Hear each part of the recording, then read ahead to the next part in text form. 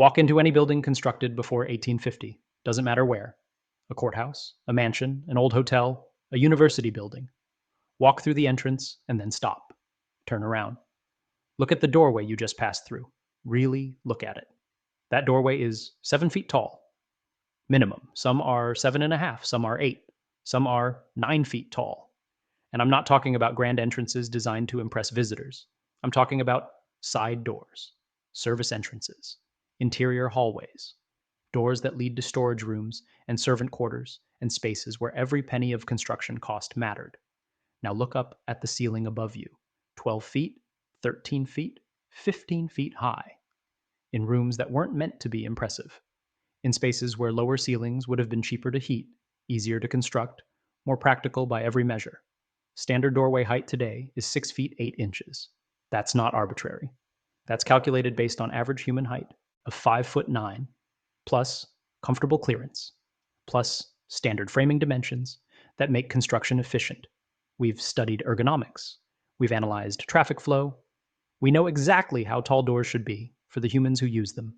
And modern doors are 6 foot 8, consistently, everywhere. But before 1850, every door was built for someone taller. Not slightly taller, significantly taller. As if the architects and builders expected people who stood 7 feet tall to walk through these doorways regularly, comfortably, as the normal, everyday use case. The official explanation, when anyone bothers to offer one, is that they built doors taller for aesthetic reasons. Grand proportions create impressive spaces. High ceilings make rooms feel larger. It's about architectural ambition and artistic vision. Except that explanation falls apart the moment you look at buildings that weren't trying to impress anyone. Look at warehouses from 1840, utilitarian, structures built to store goods. No architectural pretension, no attempt at grandeur, 7-foot doorways, 12-foot ceilings. Why? Aesthetics matter nothing in a warehouse. Every inch of additional height costs money in materials and labor. You build exactly as tall as you need and not an inch taller. Unless you need 7-foot doors and 12-foot ceilings, because the people using the warehouse stand taller than we do. Look at workers' housing from the same period. Simple row houses built as cheaply as possible to house laborers and their families. These are structures where cost savings drove every decision, and they have 7-foot doors, 11-foot ceilings, in bedrooms, in kitchens, in spaces where no one was trying to create grand impressions. Look at barns. Look at stables. Look at storage sheds built in rural areas where the nearest architect was 100 miles away, and construction followed pure practical necessity. 7-foot doors, consistently, as if that was simply the standard, the baseline, what you built when you were building a door. And it's not just doors. Look at the furniture. Go to any museum with a collection of furniture from the 1800s. Sit in a chair from 1860. A normal chair, middle-class furniture, nothing fancy. Sit in it the way you'd sit in any chair. Your feet don't touch the ground, not because the chair is unusually tall. The seat height is standard for the period, but you're sitting in a chair built for someone with longer legs than yours. Look at beds from the same era, not the ornate 4-poster beds built for wealthy families. Look at standard beds, workers' beds, farmhouse beds. They're enormous, 6.5 feet long, 7 feet long. Modern mattresses are 6 feet 6 inches long, and that's considered generous. These beds from the 1800s are longer, substantially longer. Look at desks, tables, countertops, all built at heights that would require modern adults to stand on tiptoes to use comfortably. Door handles installed 48 inches from the floor, when modern standard is 42 inches. Windowsills that start 5 feet from the floor, requiring you to stand on furniture to look out. Either everyone in the 1800s had terrible understanding of ergonomics and built everything wrong, or everything was built right. For people who no longer exist, people who were taller, significantly taller, and then they disappeared. Let me show you exactly how widespread this pattern is. Because this isn't anecdotal, this is measurable and documented in architecture across the entire globe. Modern construction standards are precise. Doorway, 6 feet 8 inches. Ceiling height in residential, 8 to 9 feet. In commercial spaces, where code allows 9 to 10 feet. Furniture scaled for average human height of 5 foot 9. These are the standards, built into building codes, taught in architecture schools, used consistently worldwide. Pre-1850, construction follows different standards. Doorway, 7 to 9 feet. Ceiling height, 12 to 15 feet, even in utilitarian spaces. Furniture scaled for someone standing 6'6" to 7'6". These aren't occasional anomalies. These are the standards used consistently before the mid-19th century. United States Capitol Building. Construction began 1793, continued through 1866. Walk through the office wings, not the ceremonial spaces. The working offices where senators and representatives had their daily business. Door height 7 feet 6 inches, hallway ceilings 14 feet. Watch modern senators walk those halls. They look diminished, like children in adult spaces. The architecture overwhelms them, and these aren't small people. The average senator today stands 5'10" to 6 feet tall, but the building wasn't designed for them. It was designed for someone taller. Grand Central Terminal in New York. The famous Maine concourse gets all the attention. But go upstairs to the offices above the terminal. Original construction from the building's completion in the early 1900s, though designed according to earlier standards. The windows in those offices have bottom sills that start 5 feet off the floor. You can't see out unless you stand on furniture or you're well over 6 feet tall. Why would you design windows that the average person can't look through while standing? Unless the average person was taller when you designed them. Standard Victorian home, middle class, not wealthy. These were built by the thousands across America and Europe between 1840 and 1890. Door handles, 48 inches from floor. Ceiling, 11 to 12 feet. Staircase rises, 8 inches instead of modern 7 inches, meaning longer legs needed to climb comfortably. Now look at this pattern globally, because it's not limited to America or Europe, St. Petersburg, Russia. Buildings from the 1700s, 1800s, 7 to 8 foot doorways standard throughout. Workers' housing, government offices, residential buildings, all built to the same oversized scale. London, England.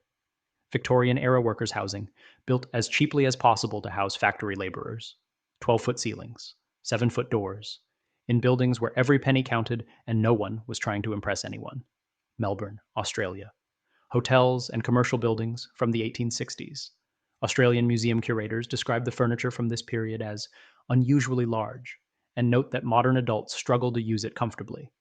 Buenos Aires, Cape Town, Bombay, everywhere construction happened before 1850, the pattern repeats. Same proportions, same architectural scale, same furniture dimensions, as if there was a global standard, a building code that everyone followed, and that standard assumed humans who stood taller than we do now. Either there was a worldwide conspiracy to waste construction materials on unnecessarily large buildings, or the buildings were built to scale, and the scale was for people who aren't here anymore. Now you might be thinking, we have photographs from the 1800s. We can see the people who lived then. They look normal height. They look like us. Look closer. Look at the proportions. 1867. American family portrait. Middle-class family in their parlor. The photograph is carefully composed. Everyone properly positioned, and look at the woman seated in the chair.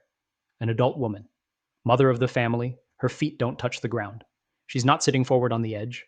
She's sitting back the way you'd normally sit in a chair, and her feet dangle like a child's. That's not because she's unusually short. Women in the photograph standing beside her are similar heights. That's because the chair is sized for someone taller, someone with longer legs. And by 1867, when this photograph was taken, that someone was no longer the primary occupant of the house. Look at the doorframe behind the family. 7 feet minimum. Possibly 7.5. The top of the father's head, who's standing in the photograph, comes to about 5'10", based on comparison to known objects in the frame. He's an average height adult male, and there's more than a foot of clearance above his head in that doorway. 1873. School classroom, Pennsylvania. The teacher is standing at his desk at the front of the room. He's an adult man. Average height for the period, probably 5'8" or 5'9". The desk comes to his mid-chest, not his waist, his chest. Modern teacher desk height, 30 inches. That puts the surface at waist level for someone 5'9", which is ergonomically correct for standing work. This desk in the photograph is clearly 40 to 42 inches tall. 6 inches matters. That's the difference between comfortable and uncomfortable, between functional and dysfunctional. No one builds a desk wrong, especially not a teacher's desk that will be used for hours every day. You build it at the height that works for the person using it. This desk was built for someone taller, and by 1873, when this photograph was taken, that someone was teaching in a building designed for even taller predecessors. 1885. Hotel staff photograph. 5 adult workers standing in a lobby. They're not posed artificially. They're standing in normal working positions, the way you'd stand during a shift. Above them is a chandelier. Not a decorative piece hung high for visual effect. A functional light source positioned to illuminate the space. 9 feet off the ground. That chandelier would require a ladder for any of the workers in the photograph to reach for maintenance. 9 feet is higher than necessary for light distribution. It's installed at a height that only makes sense if you expect people taller than 6.5 feet to walk beneath it regularly and comfortably without feeling cramped. Here's what the photographs actually show. By the time photography became common in the 1860s and 70s, there were already 2 distinct populations visible in the architectural record. Most people looked like us, 5'6" to 5'10", diminished by their surroundings, using furniture that didn't quite fit, walking through doors with excessive clearance. But occasionally, rarely, you see someone different in these photographs, taller, broader across the shoulders, proportioned differently, and when those individuals appear in photographs, they fit the architecture. The furniture works for them. The doorway clearance is appropriate. They look like they belong in spaces where everyone else looks like they're borrowing someone else's house. And those taller individuals disappear from photographs after about 1890, the last few decades of the 19th century show them less and less frequently. And by 1900, they're gone from the photographic record entirely, as if something happened between 1850 and 1900 that changed the population, that removed the taller individuals from the living population and left only us, the shorter ones, living in houses we didn't build, using furniture we didn't design, walking through doors sized for people who are no longer here. So we have buildings designed for taller people. We have furniture scaled for taller people. We have photographs showing a height discrepancy between occupants and architecture. What we need is biological evidence. We need skeletons. And we have them. Hundreds of documented discoveries. All from the same period. All from the same general regions where oversized architecture exists, and all systematically removed from public view. These aren't conspiracy theories. These aren't fringe claims from unreliable sources. These are newspaper reports from major publications, peer-reviewed scientific journals from the 1800s, documented discoveries by credentialed archaeologists working for established institutions. New York Times, May 1885. Article titled "Giants in Ancient Burial Mounds" reports the discovery of skeletons measuring 7 to 9 feet in length, found in burial mounds in Ohio. The discovery was documented by the local historical society. The article states that the bones were collected and sent to the Smithsonian Institution for study. Scientific American, December 1883. Article describing excavations of burial mounds in Wisconsin, yielding remains of men of gigantic stature, some measuring 8 feet in length. The article includes measurements, descriptions of the burial context, and notes that the specimens were being cataloged by the Bureau of American Ethnology. The Smithsonian Institution's own annual reports from the 1880s and 1890s document numerous acquisitions of what they carefully term unusually large human remains from mound excavations across North America: Ohio, Wisconsin, Illinois, Pennsylvania. The reports list specific accession numbers, specific dimensions, specific burial locations. These weren't rumors. These were official institutional records, documented acquisitions, specimens received, cataloged, and stored in the national collection. And then they vanish, not the discoveries. Those continued into the early 1900s. But the publicity around them changed, and the bones themselves disappeared from institutional catalogs. Look at the timeline. 1850s through 1890s, frequent newspaper coverage of giant skeleton discoveries, multiple reports per year, from different regions, different excavators, different institutions. The coverage is straightforward. Measurements provided, location specified, no sensationalism, just documentation. 1900 through 1920. Reports become rare. When they do appear, they're shorter, more skeptical in tone. Phrases like reportedly and allegedly start appearing, as if earlier discoveries were now being questioned despite having been documented by the same newspapers decades before. 1920 to present, no mainstream acknowledgement. If you ask the Smithsonian Institution about these skeletons today, the official response is that they don't exist. Never did. Those 19th century newspaper reports were exaggerations, misidentifications of large normal skeletons, or hoaxes. Except the newspapers weren't sensationalist tabloids. They were the New York Times, Scientific American, regional papers with reputations for accuracy, and they include names of specific archaeologists, specific burial mound locations that still exist and can be visited, specific measurements, specific documentation that the bones were sent to the Smithsonian Institution with accession numbers. So either 19th century newspapers and scientific journals engaged in coordinated fabrication across decades, lying about discoveries, inventing archaeologists, falsifying institutional records, or the skeletons existed, were acquired by official institutions, were cataloged and stored, and were then systematically removed from public access because they contradicted a narrative being established about human height, human history, and human origins. Now we need to talk about Tartaria, because this is where all of it connects: the oversized architecture, the taller population, the systematic suppression of evidence. It all comes together when you understand what Tartaria was and what happened to it. Great Tartary, or Tartaria as it's sometimes spelled. Open any European atlas from 1700 to 1800. French atlases, Dutch atlases, British atlases, German atlases, all of them show the same thing: a massive empire covering most of Asia. From the Caspian Sea to the Pacific Ocean. From Siberia down to the borders of China, Persia, and India. This isn't obscure. This isn't hidden in fringe documents. These are mainstream cartographic works. The kind used by traders, explorers, diplomats. The kind that needed to be accurate because people used them for navigation and territorial understanding. And for 200 years, every single one shows Tartaria. Then, around 1820, something changes. New maps start appearing where Tartaria is gone. The territory is still there. The geography hasn't changed. But the political entity called Tartaria has been erased, replaced by the Russian Empire to the north, China to the east, various smaller states in between. By 1850, Tartaria has completely disappeared from cartography. No war of conquest is recorded that would explain Russia absorbing this territory. No political dissolution is documented. No treaty, no collapse. The maps just stop showing it, as if cartographers collectively decided to stop, acknowledging an empire that had been on every map for 2 centuries. And here's where it connects to the architecture. The building style we call neoclassical, that appears globally between 1750 and 1850, is remarkably consistent across vast distances. St. Petersburg, Russia; Washington, D.C., United States; Melbourne, Australia; Buenos Aires, Argentina. Buildings separated by thousands of miles, built by supposedly independent cultures with no direct communication. And they look like they came from the same architectural firm. Identical proportions, identical use of columns and pediments, identical window spacing, identical door heights, all built to that same oversized scale we've been documenting.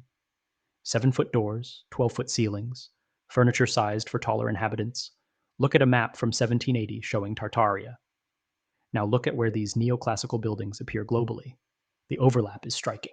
The territories that maps labeled as Tartarian or under-Tartarian influence are precisely where you find this unified architectural style built to giant scale. As if one civilization, with one set of architectural standards, one building code, constructed all of these structures. And that standard assumed inhabitants who stood taller than we do. Because the people building them were taller than we are. 1816, the year without a summer. The official explanation is volcanic eruption. Mount Tambora in Indonesia erupted in April 1815, throwing massive amounts of ash into the atmosphere, blocking sunlight, causing global temperature drops and crop failures. But look at the timeline more carefully. Before 1816, maps show Tartaria. Buildings are being constructed to giant scale. We don't have photographs yet, but paintings and written descriptions from the period suggest people were taller on average. Travelers' accounts describe populations in Central Asia as remarkably tall and of greater stature than Europeans. After 1816, specifically after 1820, when the atmospheric effects had cleared, maps no longer show Tartaria. The empire has vanished from cartography. And by the time photography becomes common in the 1860s, we see populations that look diminished by their architecture, and discoveries of giant skeletons become frequent in the 1870s and 80s, as if mass death had created burial sites that were now being uncovered as populations expanded and construction disturbed old graves. What happened in 1816 wasn't just atmospheric, it was civilizational. Something ended. Not just an empire in the political sense, but a population. A taller population that had built the structures we now occupy, And the survivors, us, the shorter ones, repopulated buildings that weren't designed for us. We're taught human evolution as a story of constant progress. We start small and get bigger. We start primitive and become advanced. We start hunched over and become upright. Every textbook shows the same progression: ape to caveman to modern human. Always upward, always improving. But the architectural evidence suggests exactly the opposite.